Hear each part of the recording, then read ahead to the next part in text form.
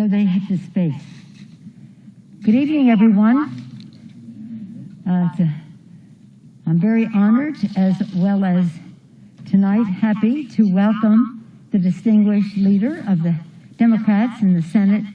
I want to salute him for the masterful work he did last evening to find a solution, to give us a path to bring the legislation forward that will help America's working families.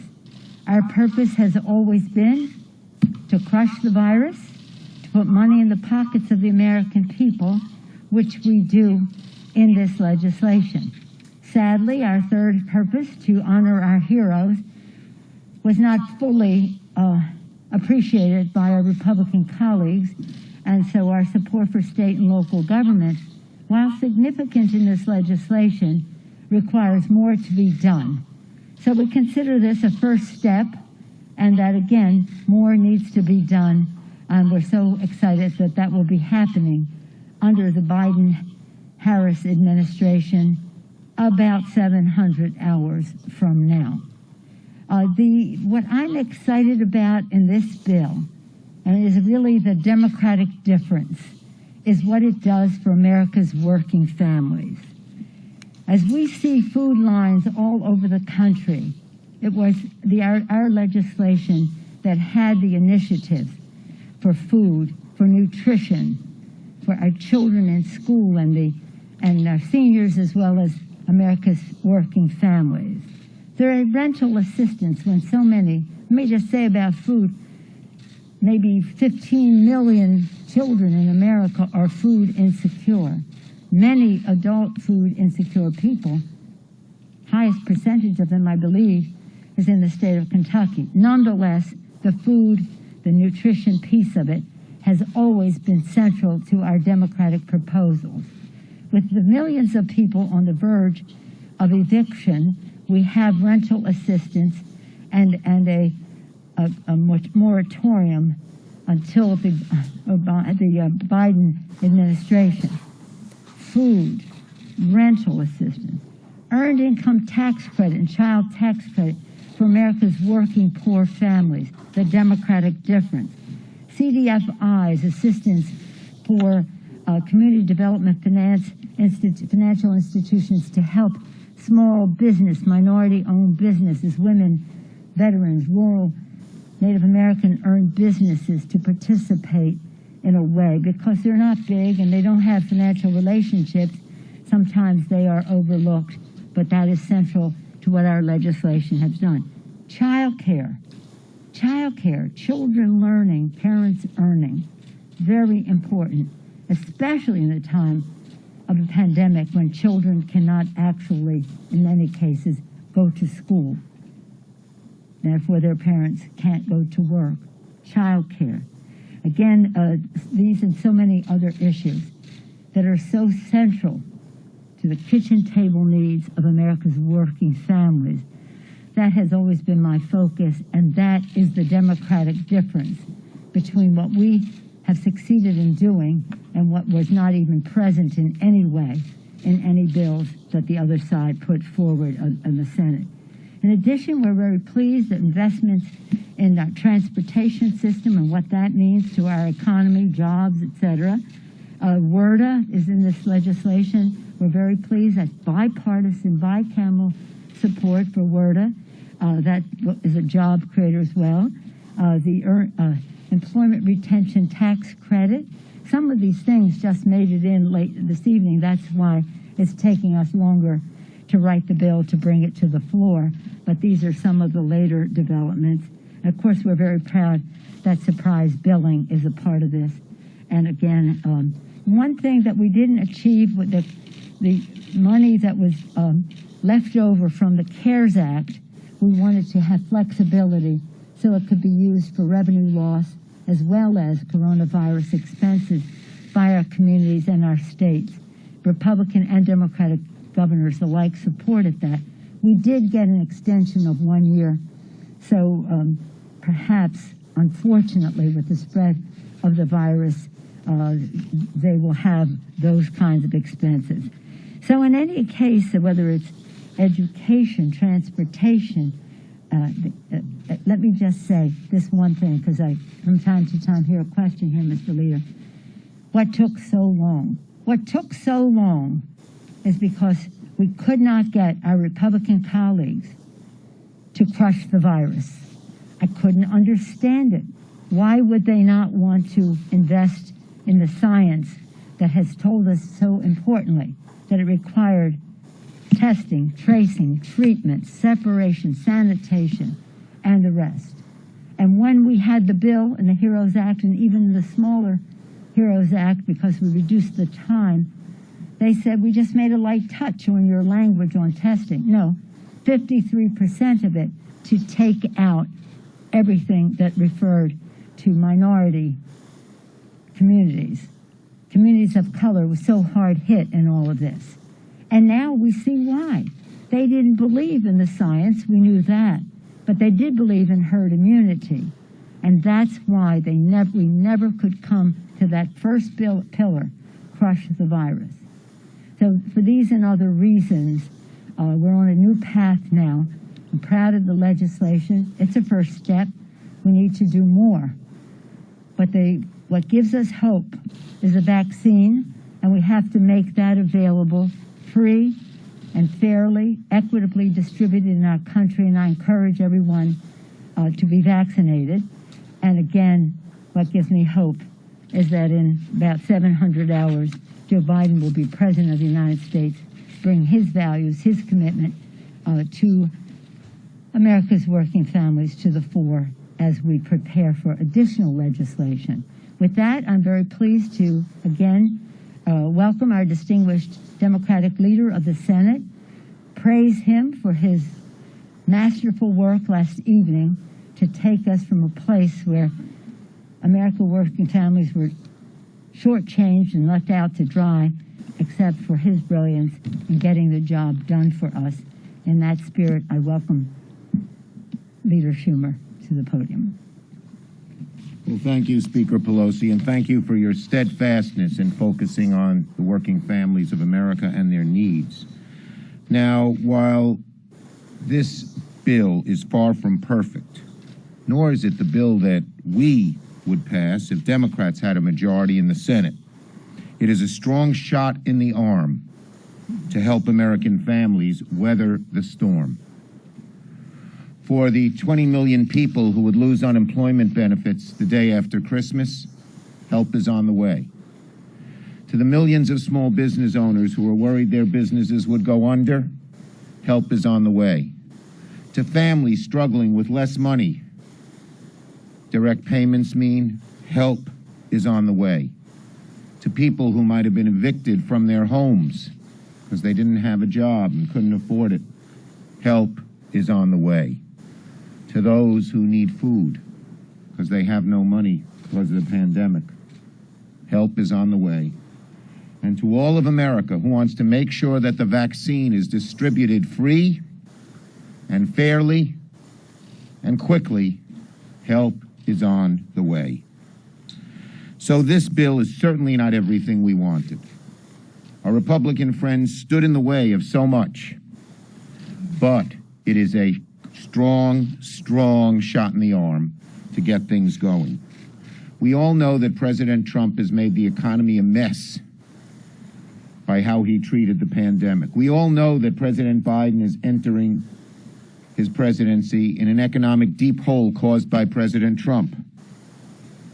This bill helps him begin to get out of that hole. It is $900 billion. That is the second largest stimulus amount of dollars that has ever gone into the economy, the first being the CARES bill, which we negotiated with Secretary Mnuchin. So it is a lot of money.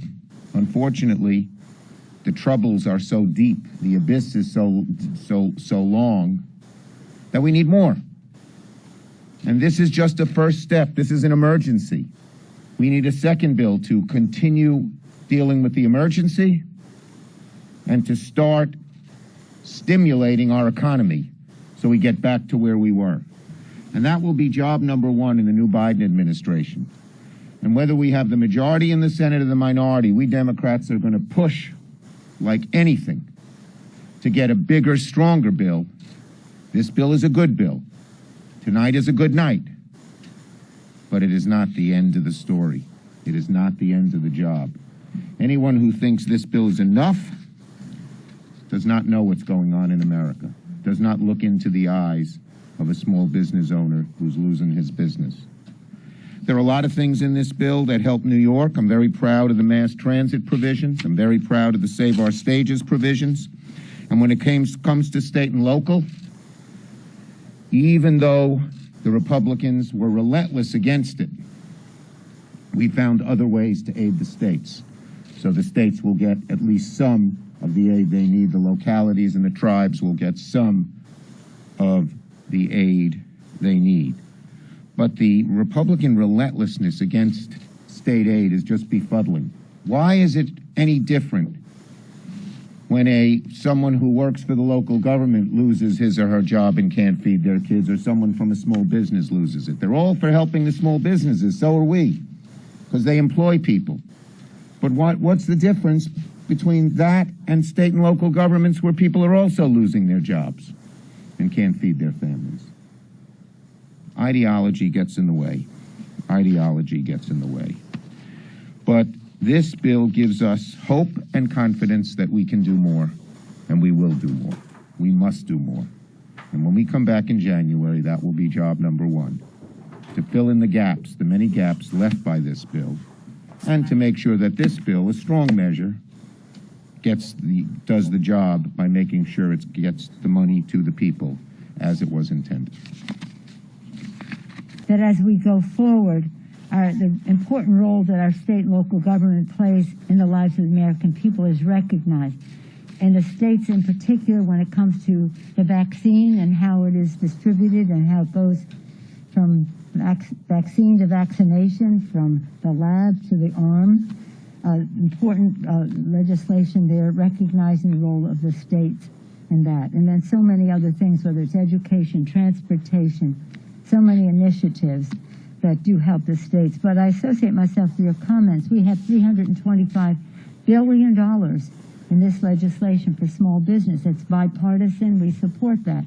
However, if we had $325 billion for state and local government, our heroes, our healthcare workers who risk their lives to save lives and now they might lose their jobs, our police and fire, first responders, some of the first on the scene when they have to minister to the needs of a victim of the coronavirus, our sanitation, transportation, we've said, food workers, our teachers, the custodians of our children. We are not forgetting them. We're going to go forward and help them and recognize and honor them for how important they are to enable us to live the lives that we live. And so again, right now we had a readout of the relief package, and now we're going through the omnibus in a few short moments. So we'll have time for a couple of questions. Yes, sir. Good question. Given how hard it was to get this deal, from May you were fighting, are you under any illusion it's going to be easy to get this Part 2 next year? I believe in public sentiment, you know that. And we have a great leader who has the confidence of the people that he is there for them. Joe Biden is. And I think the soapbox, the bully pulpit that he has to say, we're here for you. We know what you need, and we are going to fight the fight for you. No, I think we're going to have a much easier time than we've had with a Republican Senate and a Republican president.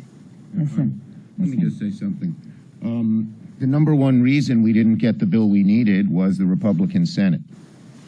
And Donald Trump just obfuscated the whole issue. A Democratic president, Joe Biden, will be able to focus the American people's attention on a Senate, the Republican members of the Senate, who are obstructing, getting in the way of what they need. If Joe Biden says we need $1,200 checks instead of the $600, they didn't have any money for checks in their bill. Well, he'll focus on the American people.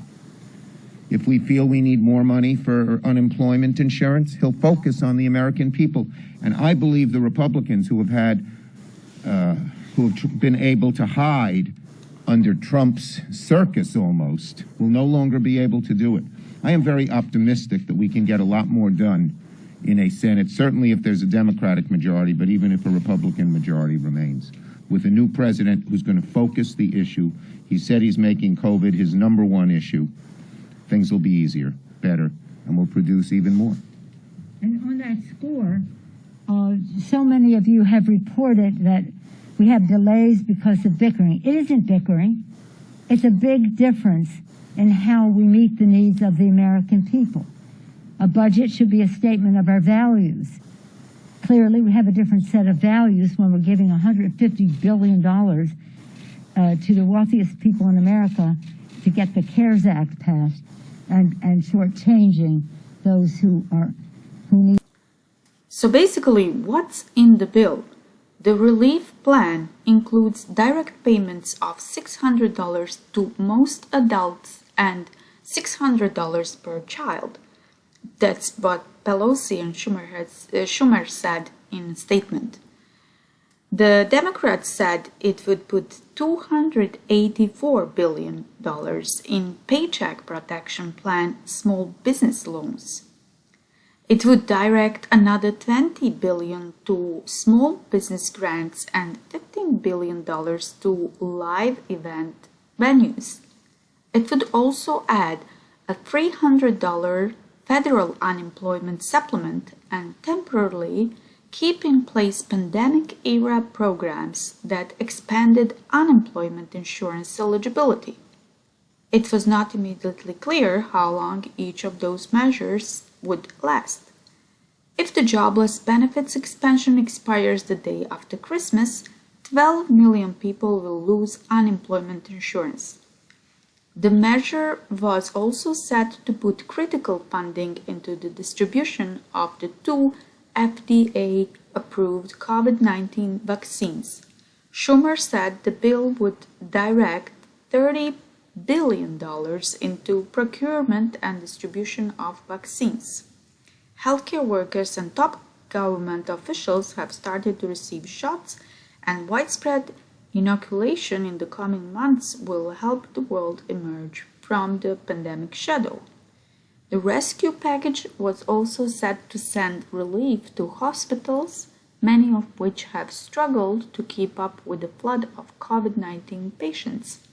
It also puts $82 billion into schools and colleges, according to Pelosi and Schumer. The plan directs $25 billion into rental assistance and extends a federal eviction moratorium for an unspecified amount of time, the Democrat said. It also puts $13 billion into enhanced supplemental nutrition assistance program benefits. The deal came after a last-second fight over a Republican-backed provision that would have restricted the Federal Reserve's emergency lending powers. Lawmakers eventually reached a deal to wind down lending facilities created by the CARES Act at the end of the year, repurpose more than $400 billion left over in the programs, and bar the creation of identical provisions in the future.